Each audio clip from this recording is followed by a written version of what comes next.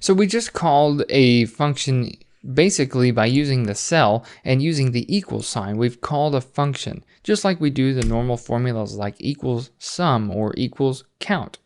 But now I'm going to show you how to do that in the Visual Basic Editor. So if you hit Alt F11, go back to the editor here, I'm going to show you how to do that in a standard sub procedure. So we'll just call this test 1, 2, 3. It doesn't matter what you call this, you can call it whatever you like. But in this case, I'm just going to call forth the answer to the function called welcome to.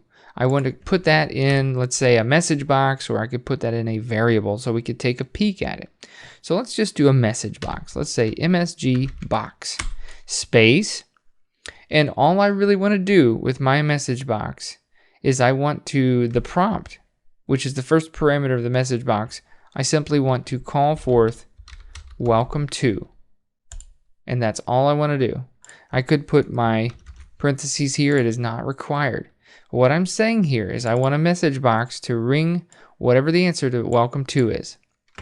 If we hit F8 and we actually dive in and step through the code, what this is essentially saying is call this forth, and then when you return to this macro with the answer to welcome to, I want you to do a message box of it. But it does it in a one line of code. So let's hit F8. So you see before it gets the answer, it has to go to the function and run through all the function and then return to this macro to do a message box. So welcome to. So we're saying welcome to, which is currently empty, is going to be the string that says hello space application.username. So we see that that is true. It says hello Daniel C. Strong. If I hit F8, it ends the function and then it calls forth a message box. Hello Daniel C. Strong.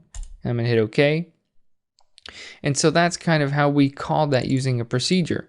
Of course, you can do that other ways. You could just say my var, which is just a simple variable. You could pick any name you want. You could say hello or my or blah or anything you want. But I'm going to say my var equals whatever the answer to this is. And that would also work. So it's going to run through, get the answer, and return it to this macro. And it has returned that value. But you see, pretending that this function had many, many lines of code perhaps, it saves a lot of space by saying, hey, go return the answer to this big procedure and just return it to this variable here instead of copying and pasting a lot of code in this macro. We'll see you in the next lecture.